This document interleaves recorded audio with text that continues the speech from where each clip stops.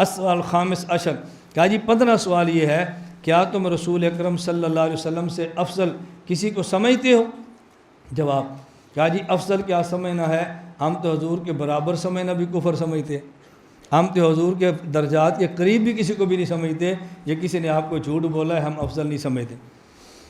آگے دیکھیں 16واں سوال، یہ بڑا اہم ہے، اس کو عربی عبارت کے ساتھ دیکھیں۔ اتجوزون وجود النبی بعد النبی علیہ الصلوۃ والسلام و خاتم النبیین وقد تواتر معنی قول السلام لا نبی بعدی و امثال والی انعقد الاجماع وکیف رایکم فی من جوز وقوع ذلک ما وجود هذه النصوص وهل قال احد منکم او من اکابرکم ذلک۔ بریلویت نے اعتراض یہ کیا، احمد رضا خان نے تحذیر الناس کو پیش کیا، کہا جی مولانا محمد قاسم نانوتوی رحمۃ اللہ علیہ ختم نبوت زمانی کے منکر ہیں، وہ کہتے ہیں حضور کے بعد بھی کوئی نبی آ سکتا ہے، وہ منکر ہیں۔ وہ عبارت کون سی پیش کرتے ہیں، عبارت سن لیں، میں جواب تھوڑی دیر بعد دوں گا۔ مولانا قاسم نانوتوی رحمۃ اللہ علیہ تحذیر الناس میں فرماتے ہیں کہ رسول اکرم صلی اللہ علیہ وسلم خاتم النبیین ہیں، اور آپ کے بعد توجہ رکھنا حضور خاتم النبیین ہیں، اگر آپ کے بعد کوئی نبی آ بھی جائے تو ختم نبوت میں کوئی فرق نہیں پڑتا، اور یہ لکھا ہے تحذیر الناس میں لکھا ہے۔ انہوں نے کہا دیکھو مولانا قاسم فرماتے ہیں حضور خاتم النبیین ہیں، آپ کے بعد کوئی نبی آ بھی جائے تو ختم نبوت میں فرق نہیں پڑتا۔ اس کا معنی کیا ہوا، یہ قضیہ فرضیہ ہے جس پر لو داخل ہے، اور لو کا استعمال یہ آتا ہے انتفاع ثانی کے لیے بوجہ انتفاع اول کے۔ آپ دیکھیں اعتراض کتنا مضبوط ہے، لو کان فیہما آلہۃ الا اللہ لفسدتا، فساد نہیں، کیوں، تعدد آلیہ نہیں، تو انتفاع ثانی ہے بوجہ انتفاع اول کے۔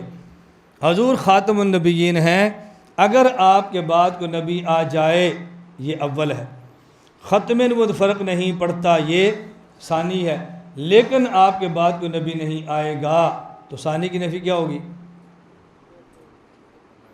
آپ طلب آؤ کیا ہوئی، فرق پڑے گا۔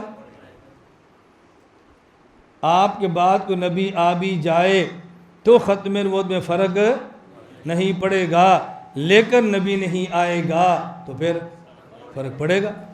مولانا قاسم ثابت کرنا چاہتے ہیں کہ نبی آنا ضروری ہے، مرزا نے کہا میں آ گیا ہوں، دروازہ انہوں نے کھولا، نکلا اسے مرزا ہے، تو یہ تو دیوبندیوں کا جرم ہے۔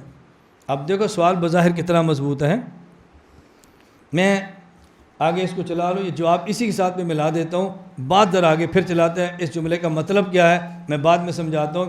یہ لو والا جواب سن لیں، ہم نے کہا تمہیں نحو کا تیسرا حصہ آتا ہے، ہمیں نحو کے تینوں حصے آتے ہیں۔ شرح جامی میں ہے وَلَهَا استعمال ثالث، لو کا ایک استعمال اور بھی ہے تیسرا، وہ کیا ہے، لو آتا ہے تاکید ثانی کے لیے بوجہ انتفاع اول کے۔ یہ الفاظ جامی کے نہیں، الفاظ میرے ہیں، وہاں عبارت اور ہے، میں بات سمجھا رہا ہوں۔ لو آتا ہے تاکید ثانی کے لیے بوجہ انتفاع اول کے۔ میں ان سے کہتا ہوں اگر آپ مجھے گالی بھی دیں گے میں تب بھی دعا دوں گا، اور اگر گالی نہیں دیں گے تو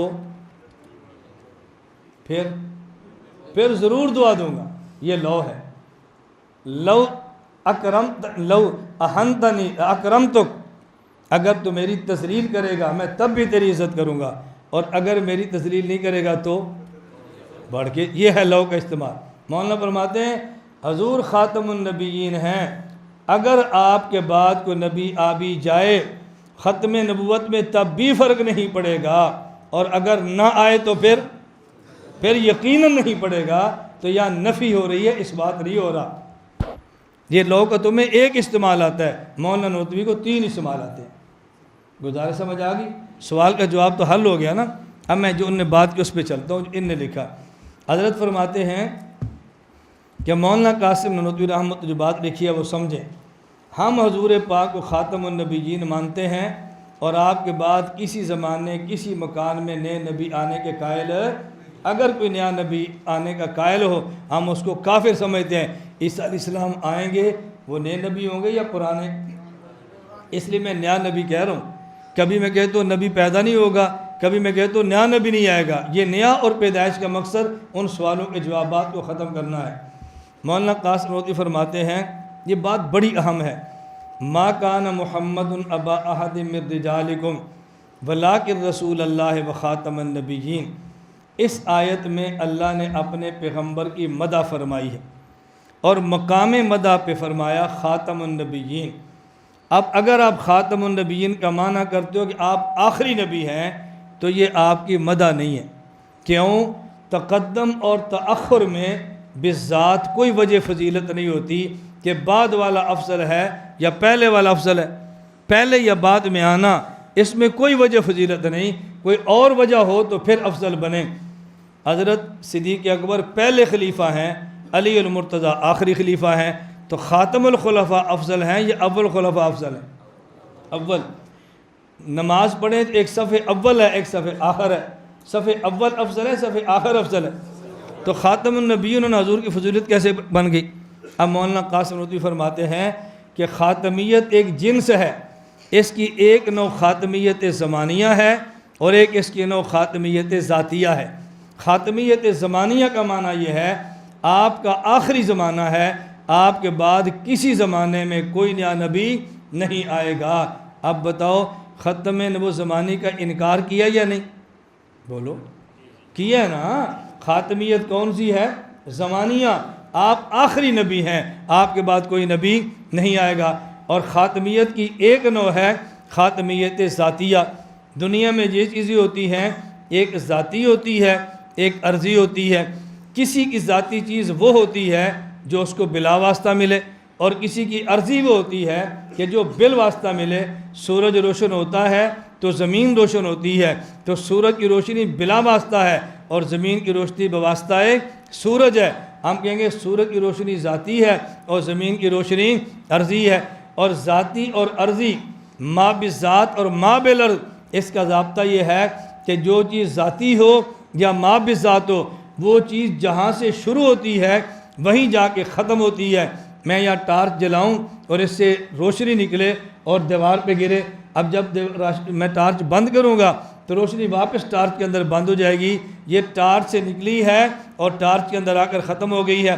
سورج سے روشنی نکلتی ہے اور رات میں سورج میں واپس چلی جاتی ہے۔ ہمارے پیغمبر کی نبوت ذاتی ہے اور باقی انبیاء کی نبوت عرضی ہے۔ حضور کی نبوت بلا واسطہ ہے اور باقی انبیاء کی نبوت بال واسطہ ہے۔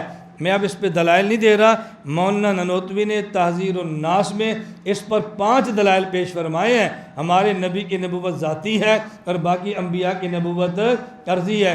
ایک دلیل وَإِذْ أَخَذَ اللَّهُ مِيثَاقَ النَّبِيِّينَ، قرآن کریم میں ہے، نبیوں سے وعدہ لیا، پھر فرمایا ثُمَّ جَاءَكُمْ رَسُولٌ مُصَدِّقٌ لِمَا مَعَكُمْ لَتُؤْمِنُنَّ بِهِ۔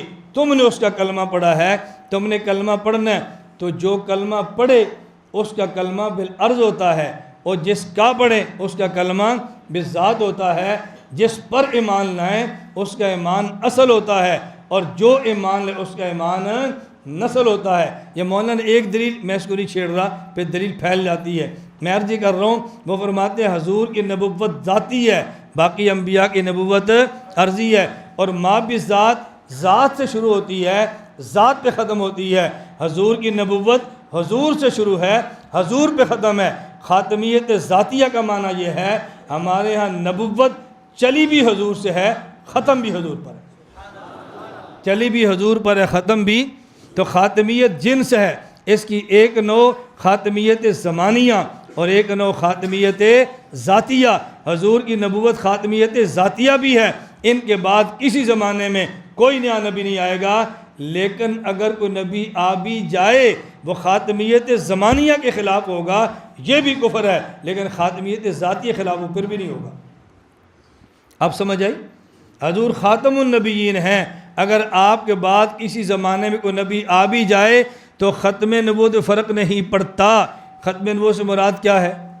ذاتی، یعنی آپ کی ذاتی نبوت پر فرق پھر بھی نہیں پڑے گا۔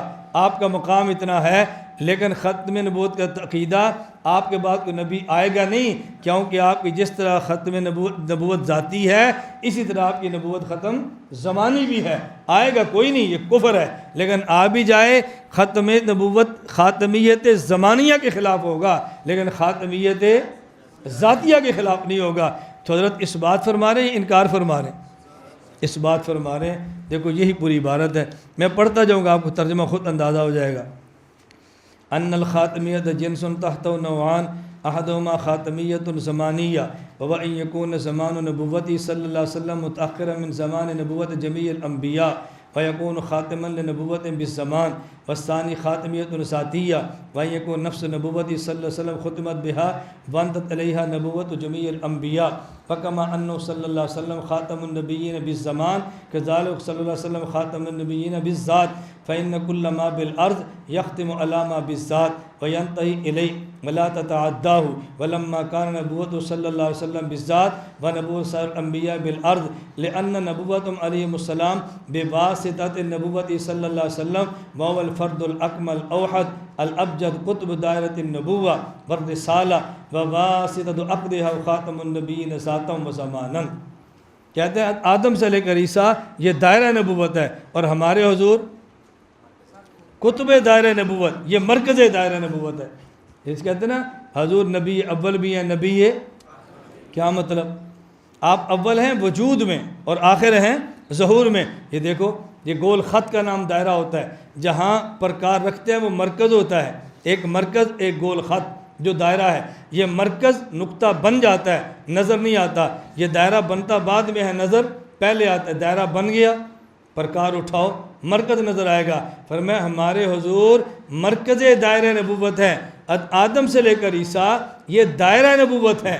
تو مرکز نبوت وجود میں اول ہے، ظہور میں آخر ہے۔ تو حضور کی نبوت ذاتی بھی ہے، یہ مرکز ہے، اور آپ کی آخری بھی ہے، آپ کے بعد کوئی نبی آ ہی نہیں سکتا۔ انکار کیا یا قائل ہوئے؟ بولو۔ ہمارے حضور کی نبوت ذاتی ہے، بقیہ کی عرضی ہے۔ میں صرف اور جسے کہتے ہیں نا تفنن طبع کے لیے بات کہتا ہوں۔ آپ نے سنا ہے حضرت یوسف علیہ السلام پر زلیخا فریفتہ ہو گئی اور عورتوں نے تانا دیا، غلام پہ عاشق ہوگی۔ کہا تم نے غلام دیکھا؟ کہا نہیں دیکھا۔ کہا ذرا دیکھو پھر دیکھنا۔ دسترخوان سجا، چھریاں آ گئیں، پھل آ گئے، اخرج بائے تشریف لائے۔ یوسف علیہ السلام آئے، فلما رأینہ، جب ان تانا دینے والیوں نے دیکھا نا تو پھر کیا کیا؟ قطعن ایدیہن، مہذا بشرہ کو چھوڑ دیں۔ ادھر دیکھیں آپ، مہذا بشرہ کو چھوڑ دیں۔ اس پر پھر مجھے مستقل تقریر کرنی پڑتی ہے، سوال ذہن میں رکھ لے، چلے جواب پھر سے۔ انہوں نے جملہ کیا کہا؟ مہذا بشرہ، یہ بشر نہیں ہے۔ یوسف علیہ السلام بشر تھے یا نہیں؟ اور وہ کیا کہہ رہی ہیں؟ اللہ نے تردید کی ہے، تو پھر بات ٹھیک ہوئی نا۔ اس لیے اہل بدعت کہتے ہیں ہمارا عقیدہ قرآن سے ثابت ہے کہ حضور بشر نہیں تھے۔ انہوں نے کہا بشر نہیں، قرآن تردید نہیں کرتا، جب تردید نہ کرے وہ عقیدہ بن جاتا ہے۔ اب آپ سے جواب اس کا نہیں بننا، میں مذاق نہیں کرتا، بہت دیر لگنی ہے آپ کو، اور ہمارے لیے جواب یہ 6 نمبروں کی طرح ہے، کوئی مسئلہ ہی نہیں ہے۔ میں اس قول کو نہیں چھیڑ رہا، میں فعل پہ بات کرتا ہوں۔ وَقَطَّعْنَ أَيْدِيَهُنَّ، انگلیاں کاٹی۔ امی عائشہ کیا فرماتی ہیں؟ لَوَّامِ زُلَيْخَةَ لَوْ رَأَيْنَ جَبِينَهُ لَأَثَرْنَ بِالْقَطْعِ قُلُوبَهُنَّ عَلَى الْيَدِ۔ زلیخا کو تانے دینے والیوں نے یوسف کو دیکھا، انگلیاں کاٹی، میرے محمد کو دیکھتی دل کاٹ لیتے۔ ابھی سبحان اللہ کا وقت نہیں آیا، یہ تو خطیبوں والی بات ہے، میری بات تو کوئی نہیں، یہ تو پرانی بات ہے، میں نے کوئی بات کی ہے؟ ہماری بات سنو۔ امی عائشہ نے کیوں فرمایا؟ کیوں فرمایا؟ یہ کیوں فرمایا؟ آپ کتابیں کھنگالو شاید آپ کو نہ ملے۔ کیوں فرمایا امی عائشہ نے؟ حضرت ننوتوی کا نظریہ اب تمہیں سمجھ آئے گا۔ تفرد کہہ کے مسترد کرنے والوں، امی عائشہ کا شعر پڑھو، پھر مولانا ننوتوی کا عقیدہ سنو۔ اس کو تفرد کہو نا، پھر امی عائشہ کے شعر کی تشریح کرو۔ ننوتوی فرماتے ہیں حضور کی نبوت ذاتی ہے، باقی انبیاء کی عرضی ہے۔ نبوت اصاف نبوت ذاتی ہے، ان کے نبوت اصاف نبوت یہ عرضی ہے۔ ایک وصف یہ حسن ہے۔ نبی جس قوم کا نبی ہوتا ہے اس قوم میں نبی سے بڑا عالم بھی کوئی نہیں ہوتا، اس قوم میں نبی سے زیادہ حسین بھی کوئی نہیں ہوتا۔ یہ بات تو طے شدہ ہے نا۔ حسن یہ وصف ہے، حضور کا ذاتی ہے، حضرت یوسف کا عرضی ہے۔ حضور سے وصف نکلا ہے، حسن یوسف کو ملا ہے۔ حضور مرکز حسن ہے، یوسف شاخ حسن ہے۔ اب شعر سمجھو، لوامی زلیخت لو رأین جبینہ لاسرن بالقطع قلوبہن علی الیدی۔ حضور کا حسن محمد یہ مرکز ہے، حسن یوسف یہ شاخ ہے، دل یہ مرکز ہے، جسم کی انگلیاں یہ شاخ ہے۔ شاخ حسن کو دیکھا، شاخ بدن کو کاٹا، مرکز حسن کو دیکھتی مرکز دل کاٹ ڈال۔ یہ ننوتوی علوم ہے، لوگ کہتے ہیں تفرد ہے۔